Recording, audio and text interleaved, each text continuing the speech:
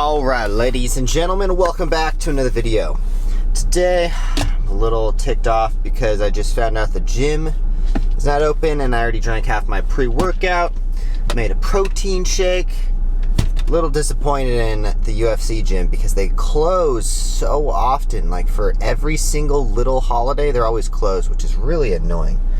But today we're going to do a quick daily dash. Instead, we're going to use all this energy that I just drank from my pre-workout, and we're gonna put it towards Doordash. So we're gonna be we're gonna do some Doordash, you know? Just kidding. Anyways, today I wanted to talk a little bit about the quickest way to staying broke, or the quickest way to getting rich. And I would say the quickest way to staying broke is constantly doing jobs or working for income that is a one to, like, you do a job and you make one income. When I say that, I mean like working a W-2 job, doing Doordash, where you just do one thing and then after you do that task, you get one paycheck. For example, if I'm doing one to there's an endless amount of income that I'm getting when I'm doing YouTube, you know? Sure, I might make $11 today or $12 or whatever my YouTube pay is for the first day on these videos, but the videos live on forever. Or my footwear company. Not only am I selling one pair of shoes, but that pair of shoes is going to market itself. When other people see those pairs of shoes, other people are going to buy them. So I'm making every sale that I make, it multiplies and it gets bigger and bigger. Now, there's ways that you can approach things. Maybe you're a CPA and you do taxes for people, right? One person gives you a payment to do their taxes, you make that 1-to-1 ratio. But if you expand your mind and you think of this more of a business, you can use that. You can use marketing and sales to basically create a business around it. So not only are you doing a 1-to-1, you know, you can start hiring people and you can tell people, hey, if you refer someone, you know, then I'll give you a better discount or something, rather than just doing the 1-to-1 and making that, like, maybe someone pays you $500 to do their taxes, you know. Rather than just taking that $500, you could say, hey, I'll give you a discount. I'll do it for $400, but you got to make a post on social media and tell all your friends about it. So it's just about taking the lens off that you have on about thinking this is a 1-to-1, like I'm going to make this paycheck, versus treating it like a business. And you can do that with just about anything. You can turn anything into a business. We got an order from Del Taco right now. $5.50 to literally, what is this? Delivering? I think I accidentally clicked pick up, but anyways, all right, we're gonna do this. It looks like it literally delivers to across the street or something. Anyway, so we're gonna make $5 real quick. But what I'm getting at is try to think of a way to turn your income, whatever it is. Like I turned literally delivery driving into a one to a multi. There's got to be a better word for one to multiplying income, you know. But I turned doing delivery into, like, I'm talking about to you guys about how I do delivery. I'm like teaching people. I'm doing multiple things at once. I took delivery and I was like, you know, this is cool and all, but if I just keep making $70 a day, working freaking 6 hours every single day, like I'm not going to get anywhere. And a lot of people may think like, oh, it's like, I don't want to start a business, or that seems like so long, you know. Just start and start chipping away at it, you know. Like when I first started my footwear company, I think we made like, I want to say like $7,000 or $8,000 in the first year. It was not good at all, you know. And I was at the end of the first year, I was sitting there thinking like, damn, maybe I shouldn't have a footwear company. This is going to take forever, you know, especially without like significant investors and stuff. The footwear game is a very tough one to get into. And honestly, I was definitely one step out of the footwear game until COVID came around and canceled my entire show tour. And then I was like, well, COVID can't cancel people wearing shoes. You know, everyone's always going to wear shoes. And here we are, we've grown like, I think we probably sold like $80,000 last year, which is crazy. Like we've literally 8 times in like 2 years, you know, like, I don't know. We've multiplied our sales by 8, you know, and that's just from constantly chipping away at it. And you know, like right now, I think it's from saying the COVID word a lot, or the VACCINATED. I don't know if I spelled that right. Words a lot. I think YouTube is kind of like shadow banning me. So I'm going to try to stay away from those words. I'm not going to talk about them anymore. But yeah, no, right now my YouTube channel is doing horrible, but I'm going to continue to chip away. You know, I'm not going to give up. I'm going to keep going and going. And if you guys enjoy these videos at all, maybe you will share them, you know, rather than just smash the like button. If you really enjoy my channel, share it with your friends, you know. But I'm just trying to give as much advice away. Like when I think of good ideas, I write them down in my notepad. And I think a to-do list is the ultimate, it's like the most important thing that anyone should have if they want to advance themselves as a human being in a career or anything. A to-do list, because you think of things, oh, I need to do that, but if you don't write it down, you might forget about it. That's why I have this to-do list, and as I do things, I like eliminate them. Like right now we got all these clients that I thought of, oh, I should call this person, you know. I write it down in my notes, that way I don't forget it. Everyone should have a to-do list. And personally, just talking about this a little bit, you know, like I wanted to talk about investing into yourself, or as Pedro likes to say, bet on yourself. You know, if you don't have a way to invest into yourself, you don't really have control of your destiny. You know, if I'm just constantly investing into crypto, my destiny, like my investments are based on things that I can't control. I can't control that the crypto is down really low right now, and I feel like who knows when it's going to go back up, but like I can't control that when it's going to go back up. But I can control the investments that I make into my footwear company or into my show or any of that stuff. Anything that I invest into myself, I have full control over that outcome.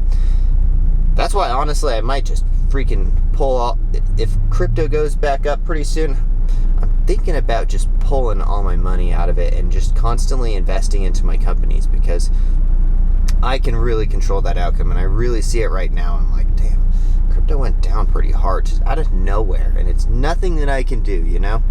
And it's the same thing with stocks. That's why I stopped doing stocks. I'm just like, crypto has done a lot better for me, so I don't know. Anyways, we're gonna pick up this order from Del Taco.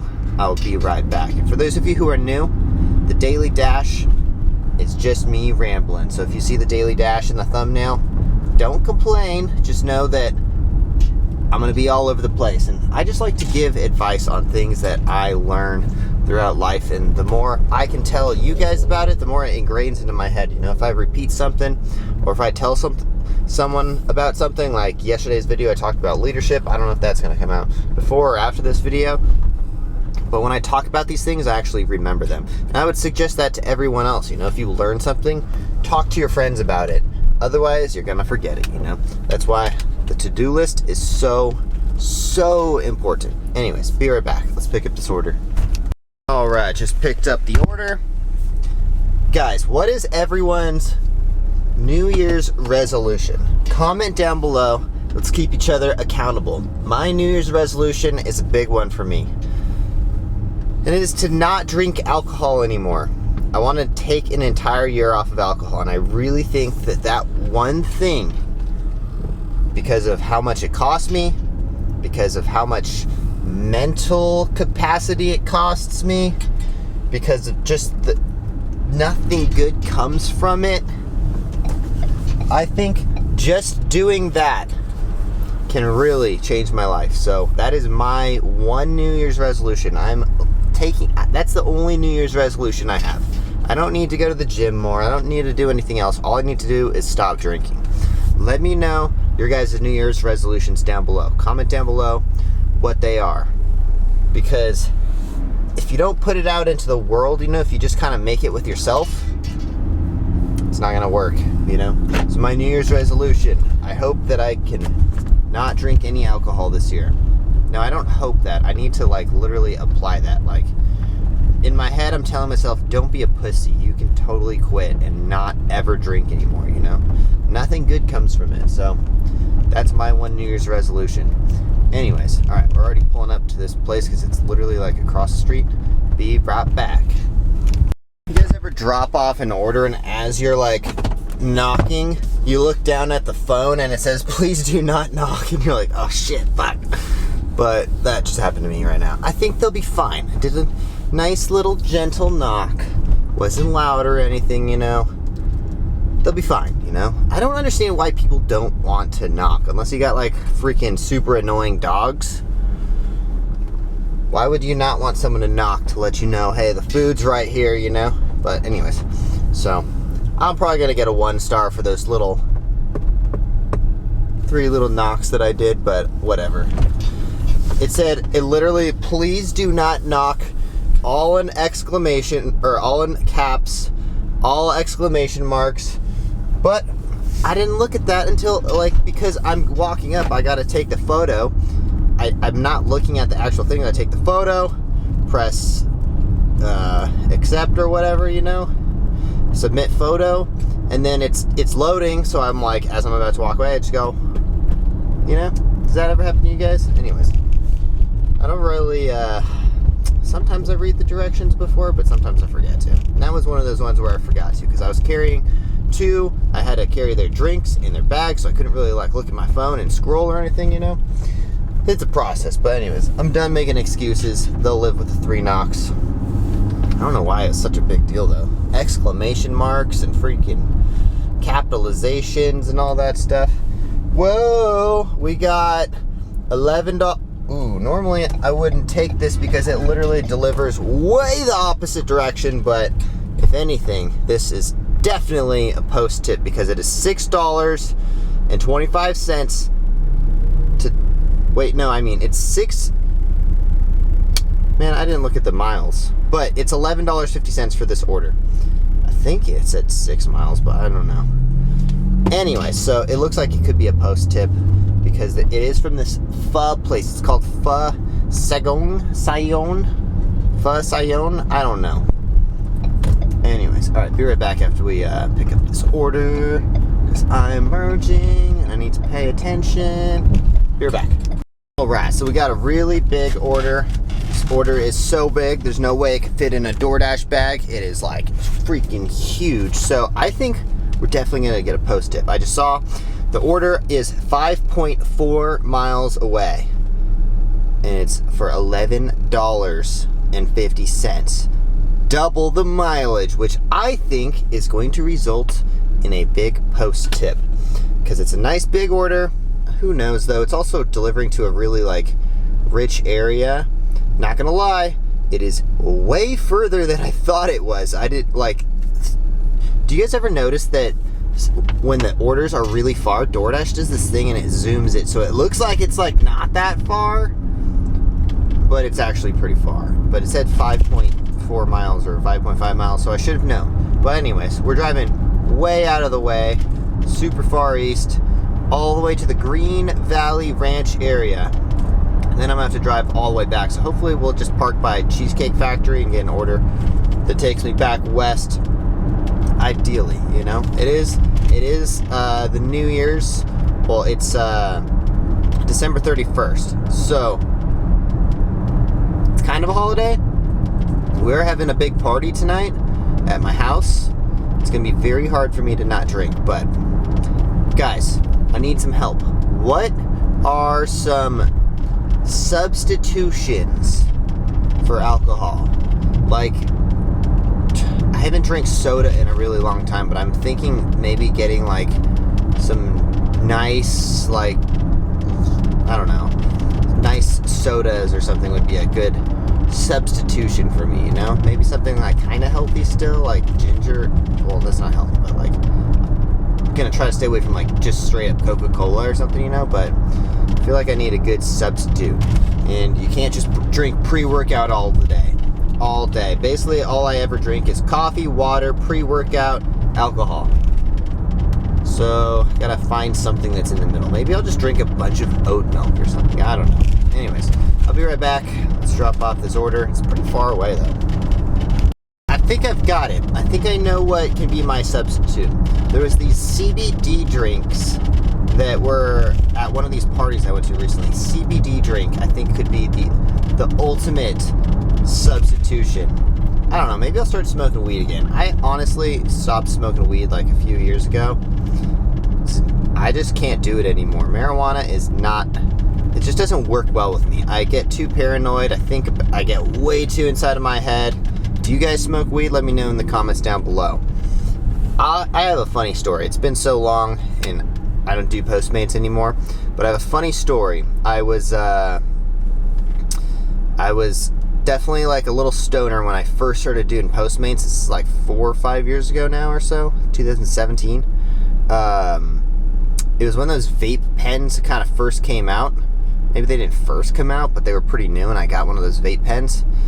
And like I picked up some food and I got really high, and I totally, instead of like delivering the food, I drove home. Like I just was so high and in my head that I drove home, and I got home, I was like, oh shit, there's a McDonald's order. I was supposed to deliver this. Like, horrible delivery driver back in the day, but that's one of the reasons why I don't smoke weed anymore. I can't focus on stuff, you know, I just get so sidetracked, and I'll clean the whole house. Not gonna lie, anytime I smoke weed, I start cleaning. That's what I do. I just start cleaning stuff. The whole house, if you come home, or if you come to my house and the whole house is clean, you know that Tanner is high, you know? Anyways, all right, I'll be right back. This order's so tall, it's gonna tip over for sure. Dealing with a very road raging person. This guy right here in the freaking white car right there. It's like this old man. I don't know, I was looking at the sunset. It looks so freaking nice. Like, you probably can't see it, but the sunset looks beautiful right now. Anyways, so I probably waited about 1 second, 1 or 2 seconds before I started going on the green light, and this freaking guy is laying on his horn. And I'm like, chill the fuck out, you know? Like, it's crazy. People think, or when people are in these little bubbles of a car, you know, they act so tough, you know? Like, people, I don't know what it is. Some people just cannot, they're too impatient. Like, is this guy gonna honk at me again? No, he's not behind me. They're so impatient. This guy's about to pull up on the side of me. He was like flipping me off and stuff. Like, there he goes right now. Dude, this guy's like having a freaking heart attack right now. I should have filmed him, to be honest. That would have been funny. That would be funny, if he just like looks over and I'm filming him with this giant camera with a freaking, I have the mic on top, so it's this little fluffy bunny looking thing. Anyways, people act so tough when they're in the car. They're like freaking flip you off and like, but I guarantee if we get out of the car or something, you know, that guy's not going to be so tough, you know? It's like, when people get skipped, like, I don't know, when you're next to someone physically in person, they're not going to act so freaking crazy, you know? Some people might, but it's much less likely than people that just get on their horn, they start flipping you off, start cussing at you and all this stuff. People wouldn't do that. And you know who does do that? You know, people who, like, actually freak out and stuff, and like just get fights and all that stuff, is people that don't actually know how to fight, you know? My friend the other day was at a party, and my friend was telling me that, and he's a little bit smaller than me, but he's like this guy who thinks he's so freaking tough, you know? He was like, oh yeah, I could fuck you up. And I was like, oh, you really think so, huh? He's like, yeah. I was like, okay. Have you ever done MMA before? Wrestling, anything? Because I grew up doing wrestling. Like, I train MMA. Like, I actually like train boxing and wrestling, and I like get my ass kicked by Tony Ferguson, who's like a famous UFC fighter, you know? I've been in there with like guys who can actually mess you up, like, but you think you can actually like beat me up, huh? And he's like this, I don't know, just big, kind of like a hot-tempered guy. And I was like, all right, just try to hit me in the face then, you know? We do like the thing called slap boxing in MMA. Like, if you're just sparring, you know, you just kind of try to hit each other in the face. It's just kind of like playing tag, you know? If you've never gotten in a fight before, fighting is so much, it's like playing a game of basketball or something, you know? It's an actual sport. And people don't realize it until they actually fight someone who actually understands what they're doing. Like, you're not going to be able to wrestle or take me down if you've never wrestled before. There's I don't know. It just doesn't make any sense to me. Now I'm rambling, but I would just like, when people get like all uptight, like, you know, like, and they think they can, like, they think because they're such a tough guy, like, you guys probably know something like this. Someone thinks they're so freaking tough and they can beat anyone up. But I would love to, like, when you actually get in there or you actually box or something, you know, boxing, that's why with Jake Paul being so famous in boxing and stuff, and he's fighting all these MMA guys, I'm like, boxing is a different sport. I've boxed many times before, and when you box someone who actually knows how to box, it doesn't matter how much MMA or how tough you are or something, you know? It is literally, that's why it's called the sweet science, you know? It is literally a sport. It's like it's like chess, basically. But anyways, all right, we're finally pulling up right now to the customer. Be right back. All right, and my prediction was correct. We got a nice post tip. It was an extra $3. Total $14.25. Totally worth it for the, I don't know, 6-mile drive that I just did. Now I can just get on the freeway and drive back. Or I can go wait by Cheesecake Factory. Maybe we'll get an order that goes back west. So far we've made $19.75. But anyways, I don't want to come off like I'm like some tough guy or something. But when you have a general idea on mixed martial arts and you have a little bit of a striking background, you've done some Muay Thai, you've done some jiu-jitsu, wrestling, I can avoid a fight pretty damn, like, if someone's just one of these crazy guys who just starts swinging at me, you know, I know how to block punches really well. And that's why I think doing MMA classes is so crucial for everyone to just have a general understanding of fighting. And like, I can avoid anyone, you know? Like, someone tries to wrestle me, I can avoid the takedown, you know? Someone tries to kick me, punch me, anything, I know all of the blocks, you know? Just the basic knowledge of that kind of stuff can go a really long ways.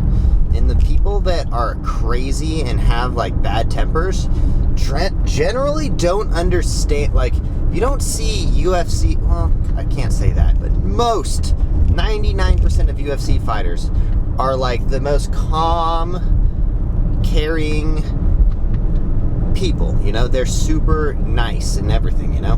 They're not tough guys that are just walking around like, oh, mess that guy up, you know? Those are the people that actually don't understand fighting. Anyways, enough about that guy. Just ruined my day though, you know?